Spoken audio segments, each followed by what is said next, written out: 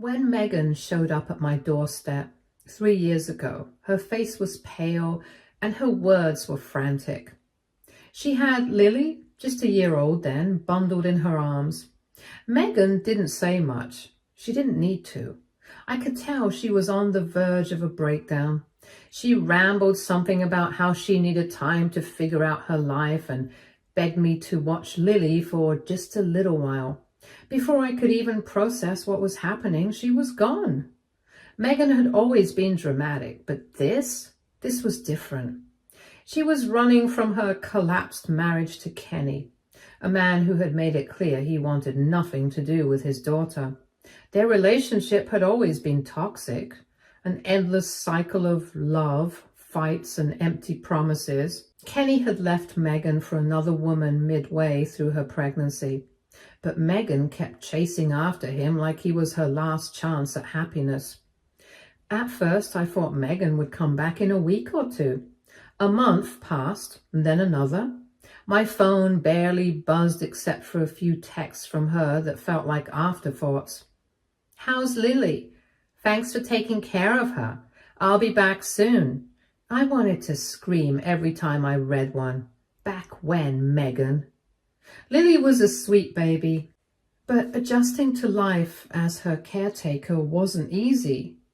I was used to my quiet, single life. I worked long hours, and my tiny apartment wasn't exactly baby-proofed. The nights were the hardest. Lily would cry for her mother, and I'd rock her until she fell asleep in my arms, her little fingers gripping mine like I was her lifeline.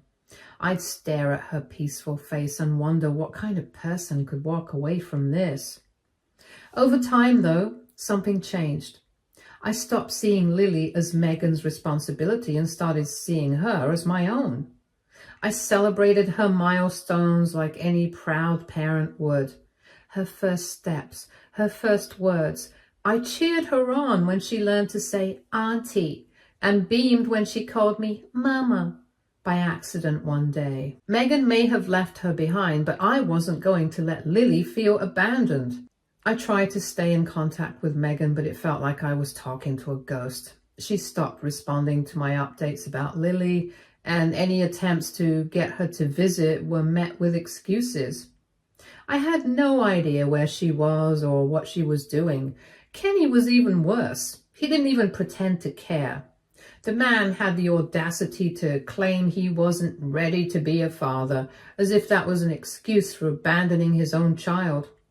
As months turned into years, Lily and I settled into our life together, and she became the light of my world.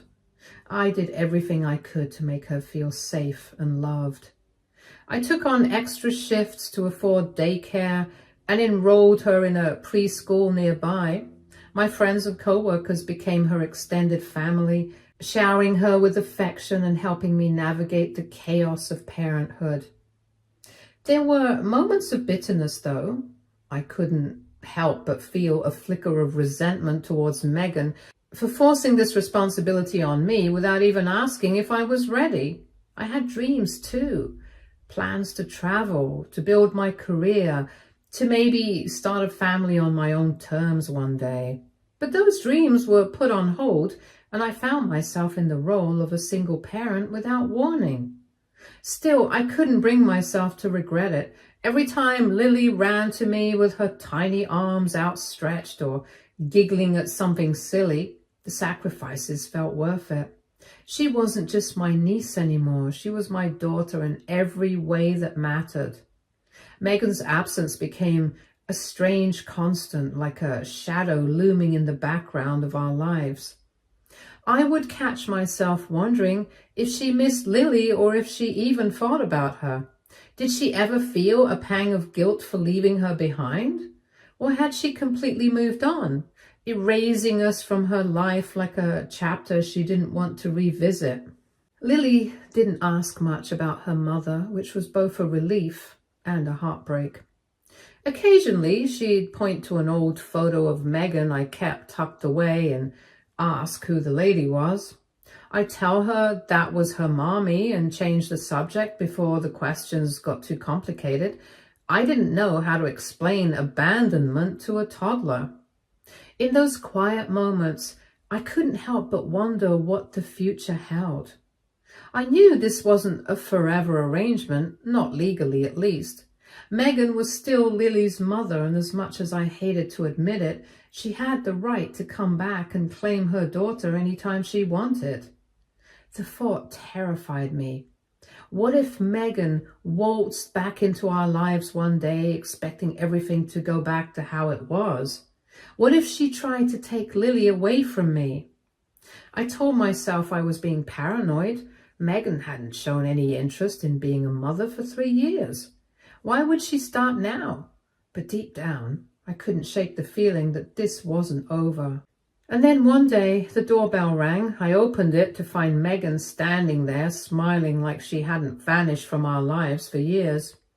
She looked different, polished, confident, like someone who had just walked out of a magazine. And she wasn't alone. Kenny stood beside her, his hands shoved into his pockets, looking as smug as ever. My stomach dropped. This wasn't a social visit. "We've come to take Lily," Megan said, her tone casual as if she were asking for a cup of coffee. I stared at her, my mind racing. Lily was in the other room, coloring her favorite book, blissfully unaware of the storm that had just blown in. Megan's words hit me like a slap in the face. Take Lily? After 3 years of silence, she thought she could just walk back in and pick up where she left off? I felt my hands curl into fists at my sides.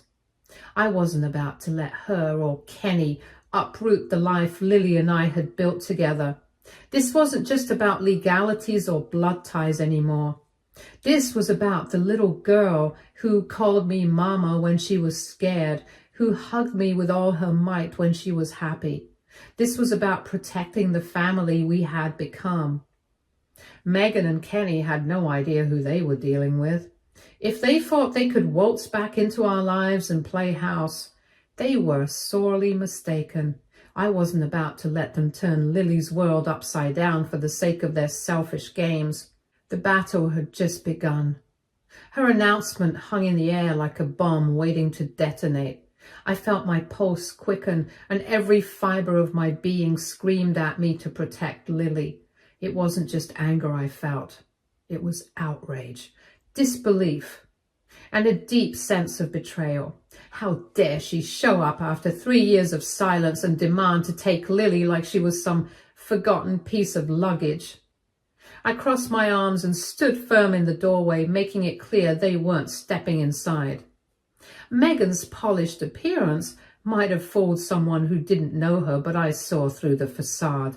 She always had a knack for turning on the charm when it suited her, but I wasn't buying it, not this time.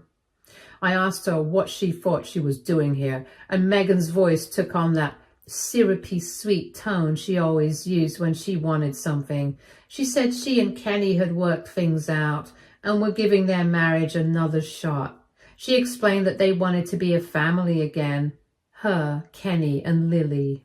The audacity of her words made my blood boil. I reminded her that Lily wasn't just some accessory she could drop off and pick up whenever it suited her whims. I asked if she even remembered the last time she'd called or sent so much as a card for Lily's birthday. Did she even know her favorite color, her favorite toy? Kenny stepped forward, and then his smug expression made my stomach churn. He said that they were Lily's parents and it was their right to take her back. He talked about how they were in a much better place now and ready to provide Lily with the stable home she deserved. Stable home? I nearly laughed in his face. This was the man who had walked out on his pregnant wife to chase after another woman, the man who hadn't bothered to check in on his own daughter, let alone offer financial or emotional support. And now he wanted to play the part of a devoted father? I looked at Megan and Kenny, both of them standing there so sure of themselves, and something inside me snapped. I told Megan that Lily didn't know who she was. To her, Megan was a stranger, and Kenny? He was nothing more than a name she'd never heard. I asked how she thought this would affect Lily being ripped away from the only home and family she'd ever known. Megan's confident smile faltered for a moment, but Kenny was quick to jump in. He accused me of poisoning Lily against them, of turning her into my child instead of theirs. I felt my jaw tighten as I asked if they were seriously trying to blame me for stepping up when they had abandoned their responsibilities. I reminded them that Megan was the one who had dropped Lily off without a plan, without resources, without any intention of coming back anytime soon. Megan tried to defend herself, saying she had been going through a lot back then. She claimed she wasn't in the right headspace to be a mother, but had worked hard to get her life back on track. I told her I wasn't interested in her excuses. Her mental health may have been a struggle, but she had made a choice, a selfish one, that left her daughter without a mother. Kenny's voice turned cold as he said they would take legal action if I didn't cooperate. And that was when I laughed, an actual bitter laugh that startled both of them. I asked Kenny if he thought any judge would hand Lily over to a man who had abandoned her before she was even born. I asked Megan if she thought a court would ignore the fact that she had been completely absent for 3 years. Megan's confidence wavered again, but she recovered quickly. She said she wasn't here to fight. She just wanted what was best for Lily. I told her that if she truly cared about what was best for Lily, she would have been here all along. She wouldn't have left her with someone else to pursue a man who had repeatedly shown he didn't want to be a part of her life. By this point, I could hear Lily's little voice from the other room. She was calling out for me, asking if I was okay. The sound grounded me and reminded me of what I was fighting for. I turned back to Megan and Kenny, my voice firm but calm. I told them that Lily was happy, safe, and loved, and I wasn't about to let them disrupt her life for their own selfish reasons. Megan's polished demeanor finally cracked, and she looked at me with tears in her eyes, pleading with me to understand. She said she had made mistakes but wanted to make things right. I told her it was too late for that.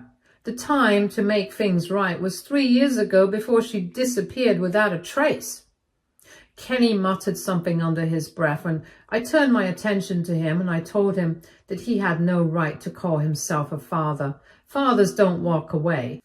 They don't ignore their children for years and then show up out of the blue expecting everything to fall into place. Megan started to argue again, but I held up a hand to stop her. I told her that this wasn't about her feelings or Kenny's ego. This was about Lily, a little girl who didn't deserve to be tossed around like a pawn in their toxic relationship. I told them that if they truly cared about Lily, they would leave her where she was loved and cared for. The conversation ended with Megan in tears and Kenny glaring at me like I was the villain in their story. They left without another word, but I knew this wasn't the last I'd see of them. As I watched their car drive away, I felt very stressed out because I knew this fight wasn't over. Megan and Kenny weren't the type to back down easily, and I had no doubt they would come back with lawyers and threats. Still, I wasn't going to let them intimidate me. Lily was my priority, and I would do whatever it took to protect her. If they wanted a battle, but they wouldn't win. Update 1. It didn't take long for Megan and Kenny to follow through on their threats. Just 2 weeks after their dramatic visit, I received a certified letter in the mail. It was from a lawyer claiming to represent them, outlining their intention to file for custody of Lily. My stomach sank as I read the letter. They accused me of withholding Lily from her rightful parents and claimed that they were in a stable position to provide for her now. The audacity of it all was infuriating. Stable? Where was their stability when Lily was born, or when she was a couple of months old and they left her with me? When she was sick, learning to crawl or saying her first words? I was the one who had been there for her every single step of the way. I called my lawyer immediately, someone I had worked with in the past for small legal matters. As I explained the situation, My voice trembled with a mix of anger and fear. I hated that they were making me feel this way, cornered like I had to defend myself for doing the right thing. My lawyer assured me that I had a strong case.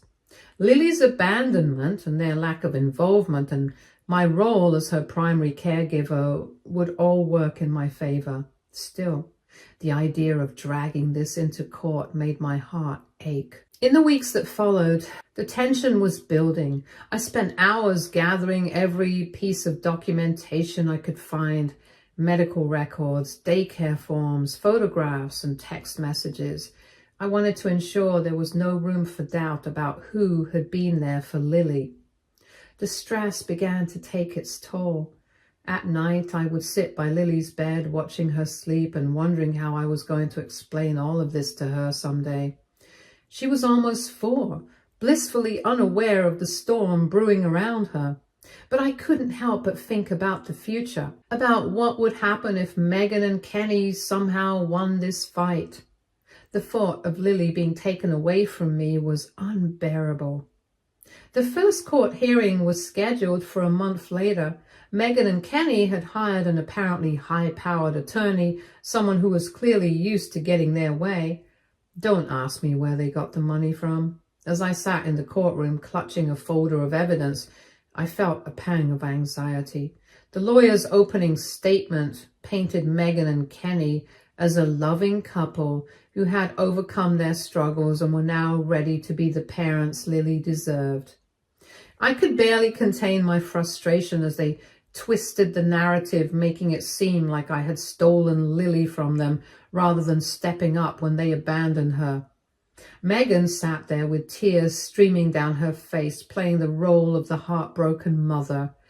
Kenny, on the other hand, looked smug, as if he was already celebrating his victory.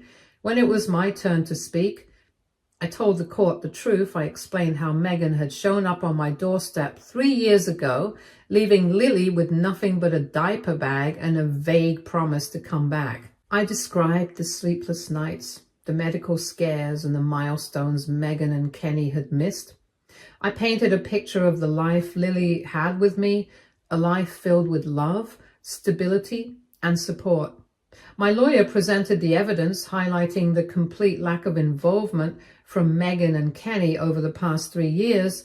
The judge listened intently, occasionally glancing at Megan and Kenny, who squirmed under the scrutiny. During cross-examination, Megan's lawyer tried to paint me as controlling and unwilling to give Megan a chance to redeem herself. They brought up the few sporadic messages Megan had sent over the years, claiming they showed her efforts to stay connected. I countered by pointing out how shallow those efforts were, a handful of texts compared to the day-to-day care Lily needed. The hearing ended with no immediate resolution. The judge wanted time to review the evidence before making a decision. As I left the courthouse, I felt a mix of exhaustion and determination.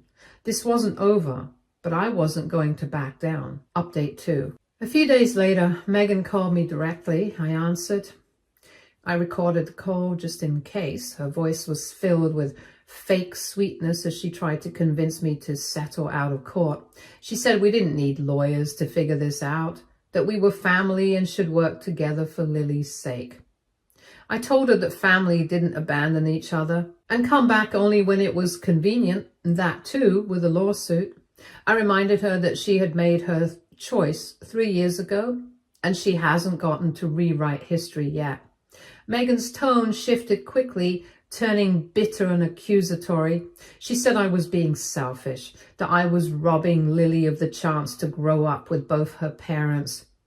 That was the moment I lost my composure. I told Megan that being a parent wasn't about biology. It was about showing up every single day, no matter how hard it was. I asked her where she was when Lily had colic, when she cried for hours and nothing I did could soothe her. Where was she when Lily took her first steps or called me Mama for the first time? Megan had no response, only silence on the other end of the line. I hung up, shaking with anger. That conversation only solidified my resolve. Megan and Kenny could hire the best lawyers their money could buy, but they couldn't erase the past. They couldn't change the fact that I was the one who had been there for Lily, not them. Update 3.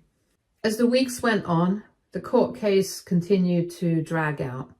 Megan and Kenny's lawyer tried every tactic in the book to discredit me, but my lawyer fought back with equal ferocity. Each hearing was a reminder of just how far they were willing to go to win, but I refused to let them intimidate me. Finally, after months of back and forth, the judge called for a final hearing.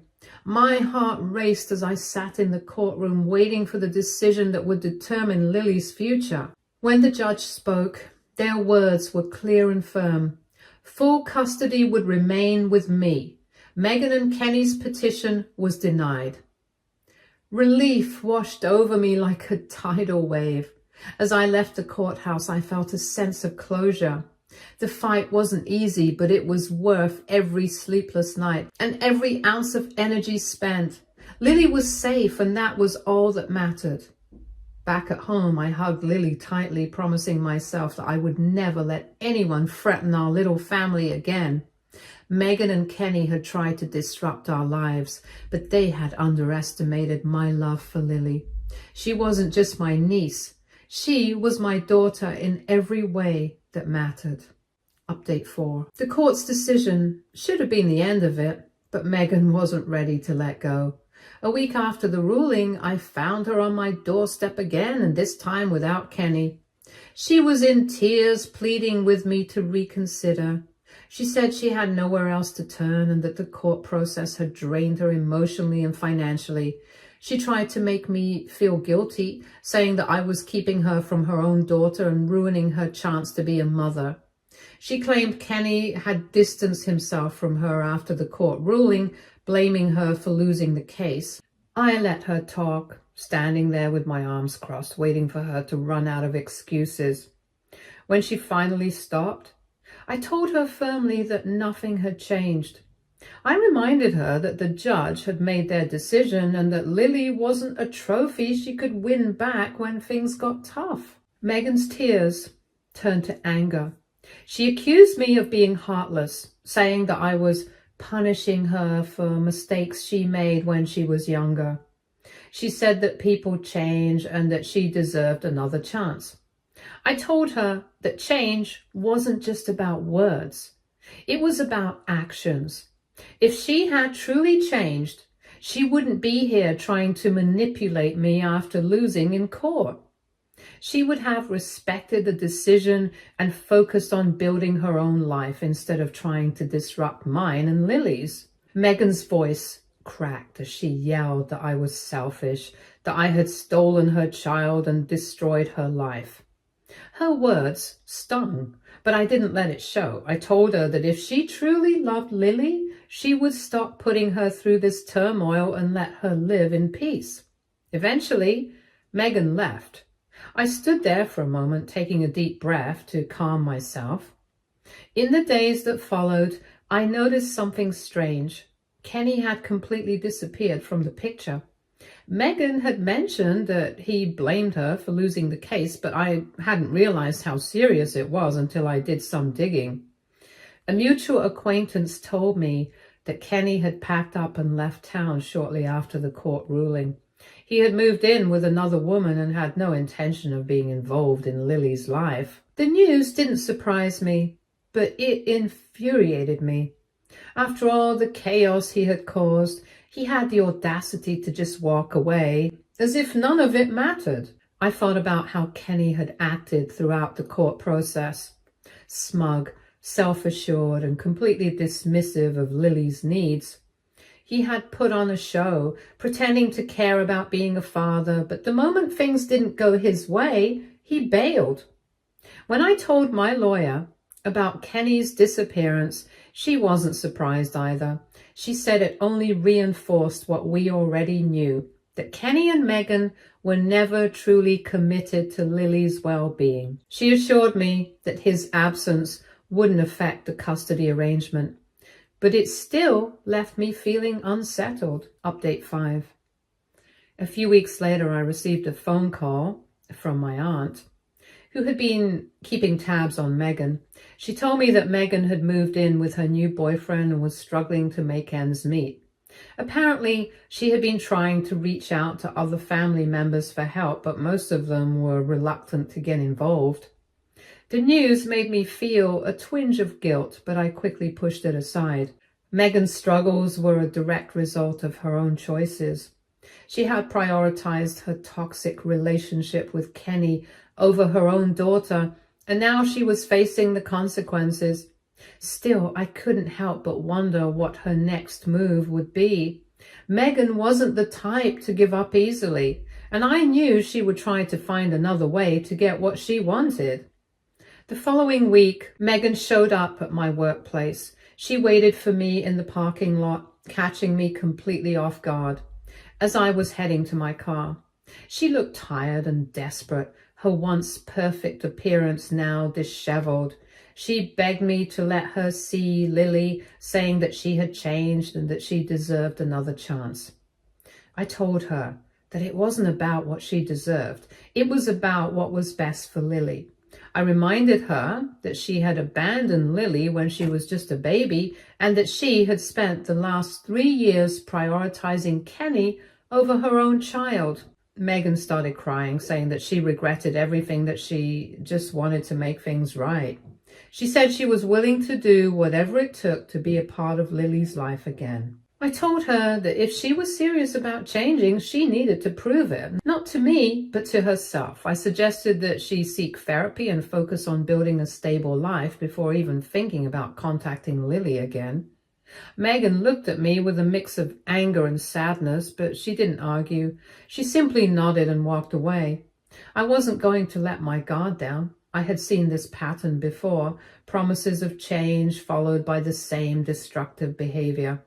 As I tucked Lily into bed that night, I felt a renewed sense of determination. No matter what happened, I was going to protect her. She deserved a life filled with love and security, not the chaos and instability Megan had brought into our lives. For now, Megan was out of the picture, but I knew it was only a matter of time before she tried to come back again, and when she did, I would be ready. Update 6. It had been a few months since Megan's tearful confrontation in the parking lot. I hadn't heard from her since, and honestly, I was relieved. Life had settled into a comfortable rhythm, and Lily was thriving. She had started preschool, and seeing her come home with her little drawings and stories filled me with pride.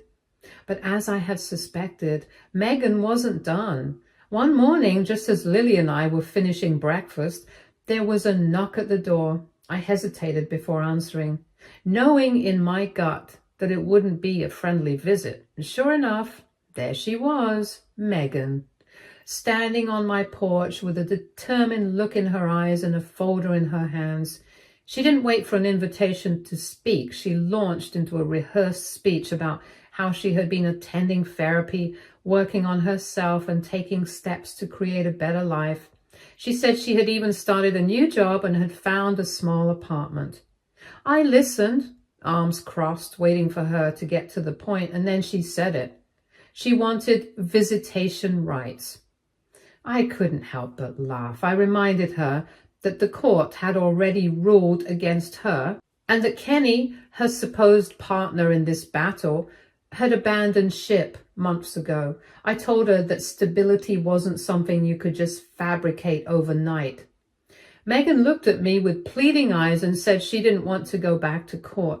She asked if we could work something out privately, just between us. I told her that wasn't going to happen. Lily wasn't some pawn in her game of redemption. I explained that while I was glad she was making an effort to change, her efforts didn't undo the years of neglect and selfishness. I told her she would have to continue this stability for at least a year before I considered visitation rights. Her desperation quickly turned to frustration, and she accused me of being unforgiving, of holding a grudge, and of keeping Lily away out of spite. That struck a nerve. I told her that my decisions weren't about her. They were about protecting Lily. I reminded her of all the times she had put her own needs above her daughter's, of the tears Lily had cried as a baby when she realized her mother wasn't coming back because she couldn't feel her anymore. I asked her, how should I trust her? Megan's face crumbled, and for a moment, I almost felt sorry for her. But then she said something that erased any lingering sympathy. She said that if I truly loved Lily, I would give her the chance to know her real mother. I stared at her, stunned by her audacity. I told her that love wasn't about biology. I told her that I was Lily's mother in every way that mattered, and no amount of therapy or self-improvement on her part could change that. Megan stood there silent as my words sank in, and finally she muttered an apology and turned to leave. But before she walked away, she looked back and said something that stayed with me. She said she hoped I would never have to face the pain of losing someone I love. It felt like a parting shot, a way to make me question myself. But instead of feeling guilt, I felt a sense of finality. Megan had made her choices, and now she had to live with them. That night, as I tucked Lily into bed, she asked me if I was happy. The question caught me off guard, but I smiled and told her that I was. She looked at me with those big innocent eyes and said that she was happy too. In that moment, I realized that no matter what Megan tried to do, she couldn't take this away from us.